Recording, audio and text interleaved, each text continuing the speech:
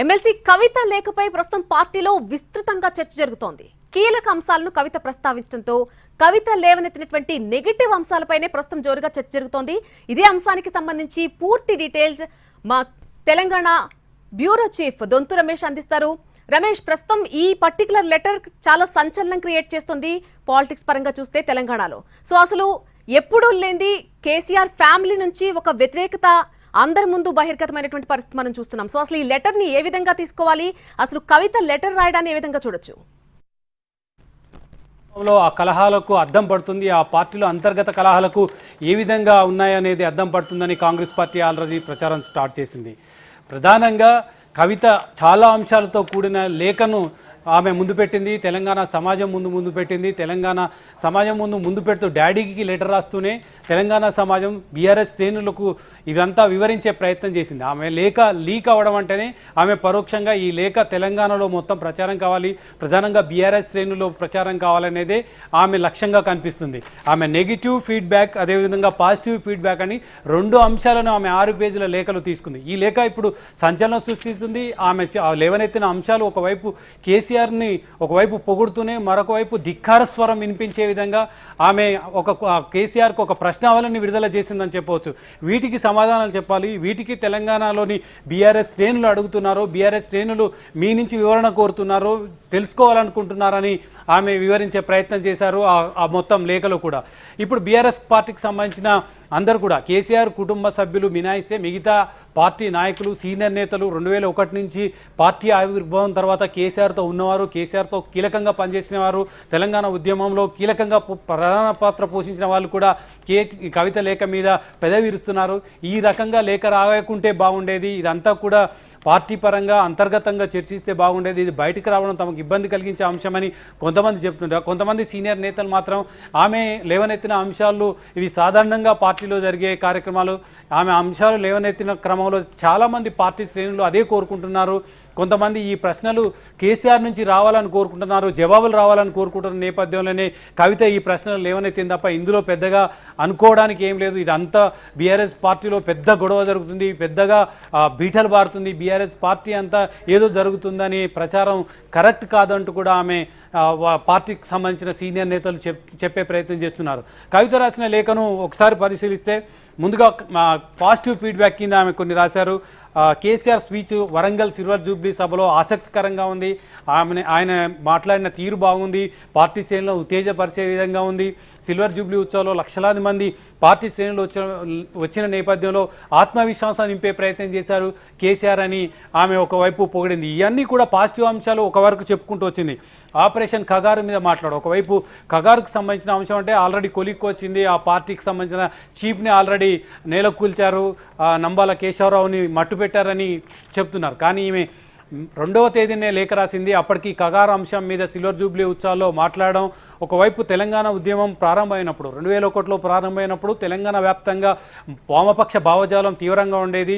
ఆ వామపక్ష భావజాలాన్ని పురికి పుచ్చుకున్న వాళ్ళు మిలిటెంట్గా ఉన్నవారు, ఆ భావజాలాన్ని సిటీలో కానీ రూరల్లో కానీ అనేక నక్సల్ ప్రభావిత ప్రాంతాల్లో ఉన్నవాళ్ళు మొత్తం ఒక రకంగా టీఆర్ఎస్కి సపోర్ట్ చేశారు. ఈటెల రాజేందర్ లాంటి వ్యక్తులు, అదేవిధంగా చాలామంది ఆయన బాటలో నడిచిన వారు, మావోయిస్టాన్ని పురికి పుచ్చుకున్న వాళ్ళందరూ కూడా టీఆర్ఎస్ గొడుగున చేరారు, టీఆర్ఎస్ పంచన చేరారు, టీఆర్ఎస్ జెండా పట్టుకున్నారు, ముందుకు తెలంగాణ ప్రత్యేక రాష్ట్రం కోసం ముందుకు నడిచారు. వాళ్ళందరూ కూడా కోరుకుంటున్నారు బీఆర్ఎస్కి సంబంధించి ఎటువంటి వాదన వినిపిస్తుంది అనేది ఆసక్తికరంగా మారింది. ఈ నేపథ్యంలోనే సిల్వర్ జూబ్లీ ఉత్సవాల్లో కేసీఆర్ కగారు మీద మాట్లాడారు. చర్చల ద్వారానే ఏ సమస్యనైనా పరిష్కరించుకునే అవకాశం ఉంది, నక్సలైట్లతో చర్చలు జరపాలి, గతంలో కూడా జరిపారు, మళ్ళీ చర్చలు జరిపితేనే ఆ చర్చల సారాంశాన్ని పరిగణలోకి తీసుకొని ముందుకు వెళ్ళాలని ఒక కేంద్ర ప్రభుత్వానికి డిమాండ్ చేసే ప్రయత్నం చేశారు. ఇది పార్టీ శ్రేణులతో పాటు మొత్తం తెలంగాణ సమాజంలో కూడా పాజిటివ్ ఫీడ్బ్యాక్ తీసుకొచ్చిందని కవిత లేఖలో ప్రస్తావించారు కగారుకు సంబంధించిన విషయంలో. ఇక కాంగ్రెస్ ఫెయిల్ అని చెప్పడం, కాంగ్రెస్కి సంబంధించి ప్రజా వ్యతిరేక పాలన, కాంగ్రెస్ మొత్తం కూడా ఫెయిల్ అయింది. అదేవిధంగా రేవంత్ రెడ్డి పాలనలో ప్రజలు సుఖంగా లేరు, సంతోషంగా లేరు, ఎక్కడ కూడా పథకం అమలు కావడం లేదు. కాంగ్రెస్ పార్టీకి సంబంధించిన అనేక అంశాలను క్రోడీకరిస్తూనే కాంగ్రెస్ పార్టీకి సంబంధించిన ఫెయిల్యూర్స్ చెప్తూనే గతంలో బీఆర్ఎస్ పార్టీ ఏం చేసింది, బీఆర్ఎస్ ప్రజలకు ఏం చేసింది, కాళేశ్వరం లాంటి ప్రాజెక్ట్ కానీ లేదా మిషన్ భగీరథ లాంటి కార్యక్రమాన్ని, కేసీఆర్ కిట్ కానీ, రైతు భరోసా కానీ, దళిత బంధు కానీ ఇలాంటి అనేక ఒక ఫ్లాగ్షిప్ ప్రోగ్రామ్స్ ఏమైతే చేశారో వాటి అన్నిటి కూడా నెమరవేసుకునే ప్రయత్నం చేశారు. ఇవన్నీ కూడా తెలంగాణ సమాజంలో పాజిటివ్ ఫీడ్బ్యాక్ వచ్చాయి. బీఆర్ఎస్ శ్రేణులు కూడా మళ్ళీ ఒకసారి గత ప్రభుత్వం బీఆర్ఎస్ ప్రభుత్వం చేసిన పథకాల పట్ల ఆసక్తి కలిగించే విధంగా ఉందని అది చెప్పడం కూడా పాజిటివ్గానే కనిపించిందని కూడా కవిత తన లేఖలో పేర్కొన్నారు. ఇక పహల్గామ్ ఇన్సిడెంట్ అప్పుడే జరిగింది. దానికి సంబంధించిన అంశం కూడా అమరవీరులకు మౌనం పాటించడం, దానికి సంబంధించి ఎవరైతే చనిపోయారో వాళ్ళందరికీ కూడా మౌనం పాటించడం కూడా మంచి పరిణామం కూడా ఆమె పాజిటివ్ ఫీడ్బ్యాక్లో చెప్పుకుంటూ వచ్చింది. మొత్తం సభలో రేవంత్ రెడ్డి ముఖ్యమంత్రి అయిన నాటి నుంచి కూడా దాదాపు ఆయన టెక్నికల్గా అసెంబ్లీకి వెళ్ళాడు తప్ప కేసీఆర్ ఒకరోజు వెళ్ళి మళ్ళీ వచ్చారు. కొన్ని గంటల పాటు అసెంబ్లీలో గడిపారు. ఏ రోజు కూడా రేవంత్ రెడ్డి సభ అధ్యక్షత జరిగినప్పుడు అసెంబ్లీలో ఉన్నది లేదు, రేవంత్ రెడ్డి పేరు ప్రస్తావించి లేదు. కాంగ్రెస్ పార్టీకి సంబంధించిన పాలన అంటూ నల్గొండ సభలో కానీ ఆ తర్వాత జరిగిన వరంగల్ సిల్వర్ జూబ్లీ సభలో రేవంత్ రెడ్డి పేరు ఎక్కడ కూడా ప్రస్తావించకుండా హుందాతనాన్ని ప్రకటించారు, హుందాతనాన్ని చూపారు అంటూ కూడా కేసీఆర్కు కితాబిచ్చే ప్రయత్నం చేసింది కూతురు కల్వకుంట్ల కవిత. అదేవిధంగా రేవంత్ రెడ్డి అనేక విమర్శలు చేస్తున్నారు, వ్యక్తిగతంగా చేస్తున్నారు. కాళేశ్వరం కూలింది లేదా ఇతరత్ర అనేక ఆరోపణలు చేసిన నేపథ్యంలో ఎక్కడ కూడా రేవంత్ రెడ్డి పేరు ప్రస్తావించకుండా మొత్తం కూడా ఉందాగా ఒక రకంగా రేవంత్ రెడ్డిని రెచ్చగొట్టే విధంగా తన పేరు ఎందుకు ప్రస్తావించలేదని ఆయనలో ఒక ఆసక్తికరంగా మాట్లాడడం, ఆయన పట్ల అసలు సీఎం కాదు అన్న ఉందాతనాన్ని ఆయన కేసీఆర్ వ్యక్తపరిచారు. ఆ రకంగా రేవంత్ రెడ్డి పేరును ప్రస్తావించకపోవడం పార్టీ శ్రేణులకు కూడా ఉత్సాహపరిచింది. ఆయన ఉందాతనంగా వివరించారంటూ కూడా కవిత తన పాజిటివ్ ఫీడ్బ్యాక్లో పేర్కొంది. ఇకపోతే కార్యకర్తలు వేధించడం, సోషల్ మీడియాకు సంబంధించిన సోషల్ మీడియాలో ప్రశ్నించిన లేదా కాంగ్రెస్ పార్టీ వైఫల్యాలను ప్రశ్నించిన అందరి మీద కూడా కేసులు పెట్టడం, ఆ కేసులు పెట్టిన పోలీసుల మీద కూడా వార్నింగ్ ఇవ్వడం. సాధారణంగా కార్యకర్తలు ఉత్సాహంగా ఉంటారు, వాళ్ళలో తమకు ధైర్యం ఉంటుంది అన్న అంశానికి సంబంధించి కేసీఆర్ నేరుగా పోలీసులకు వార్నింగ్ ఇవ్వడం కూడా పార్టీ శ్రేణులను ఉత్తేజపరిచింది. పార్టీ కోసం ఫైట్ చేస్తున్న వారు, వాళ్ళ కోసం పార్టీకి సంబంధించిన అంశాల నేపథ్యంలో కాంగ్రెస్ పార్టీ ప్రభుత్వ వైఫల్యాన్ని ప్రశ్నించిన వారికి అదొక దిక్సూచిగా ఉంది అంటూ కూడా కవిత తన పాజిటివ్ ఫీడ్బ్యాక్లో చెప్పింది. మొత్తంగా ఈ అంశాలను పాజిటివ్ ఫీడ్బ్యాక్లో చెప్తూనే కవిత కీలకంగా ఇక నెగిటివ్ ఫీడ్బ్యాక్ సంబంధించిన అంశాలు, పార్టీ కార్యకర్తల నుంచి వచ్చిన ఫీడ్బ్యాక్ లేదా నాయకుల నుంచి వచ్చిన ఫీడ్బ్యాక్ను కూడా ఆమె అన్నీ కూడా క్రోడీకరిస్తూ ఈ విధంగా పార్టీలో అనుకుంటున్నారని నెగిటివ్ ఫీడ్బ్యాక్ సంబంధించి సిల్వర్ జూబ్లీ సభకు సందర్భంగా డాడీకి రాసిన లెటర్లో చూపించారు. ప్రధానంగా 2001 నుంచి పార్టీలో అనేక కష్ట నష్టాలు కోర్చారు, మీతో ఉన్నారు, వాళ్ళు పనిచేసిన లీడర్స్ ఉన్నారు, వాళ్ళు భుజస్కంధాలపై ఎత్తుకొని తెలంగాణ ఉద్యమాన్ని ఎగిసిపోవడానికి, తెలంగాణ సమాజాన్ని తెలంగాణ ప్రత్యేక రాష్ట్ర సాధనలో భాగస్వాములు చేయడానికి ఎవరైతే లీడర్స్ ఉన్నారో వాళ్ళందరినీ కూడా కేసీఆర్ వేదిక వచ్చేలోపు వాళ్ళందరితో కూడా మాట్లాడిస్తే బాగుండేది అన్న అంశాన్ని కూడా కవిత ప్రస్తావించింది. తాను కూడా మాట్లాడాలని ఉంది, తాను కూడా బీఆర్ఎస్ శ్రేణులను ఉద్దేశించి మాట్లాడాలని ఉందన్న అంశం కూడా ప్రకటిస్తున్నాయి. 2001 తర్వాత పార్టీలో ఉన్నవారిని నిర్లక్ష్యం చేసినట్లయింది. ఎందుకు నిర్లక్ష్యం చేశారో ఆ నిర్లక్ష్యం ఖచ్చితంగా అది పార్టీకి నష్టం కలిగించే విధంగా ఉంది. ఇదంతా కూడా పార్టీలో చర్చ జరుగుతుంది. అనేక మంది సీనియర్ నేతలు ఉన్న నేపథ్యంలో మీతో కలిసి పనిచేసిన వారు, తెలంగాణ ఉద్యమం కోసం పనిచేసిన వారు, వాళ్ళందరినీ కూడా ఎందుకు విస్మరించారనే ప్రశ్న కూడా కేసీఆర్కు ఆమె నెగిటివ్ ఫీడ్బ్యాక్లో వచ్చింది. అసలే 9.5 ఏళ్ళు ప్రభుత్వం అధికారంలో ఉన్నప్పుడు చాలామంది ఉద్యమకారులను విస్మరించారు, ఉద్యమంలో సంబంధం లేని వాళ్ళకు మంత్రి పదవులు ఇచ్చారు, ఉద్యమంతో సంబంధం లేని వారికి పదవులు ఇచ్చారనే ఒక ప్రచారాన్ని మూటగట్టుకున్న బీఆర్ఎస్ పార్టీ ఆ తర్వాత కూడా అధికారం కోల్పోయిన తర్వాత కూడా 2001 తర్వాత ఎందుకు వాళ్ళ పనిచేసిన లీడర్లని ఎందుకు మాట్లాడనివ్వలేదన్న అంశానికి సంబంధించి కూడా కవిత తన ఫీడ్బ్యాక్లో పేర్కొంది.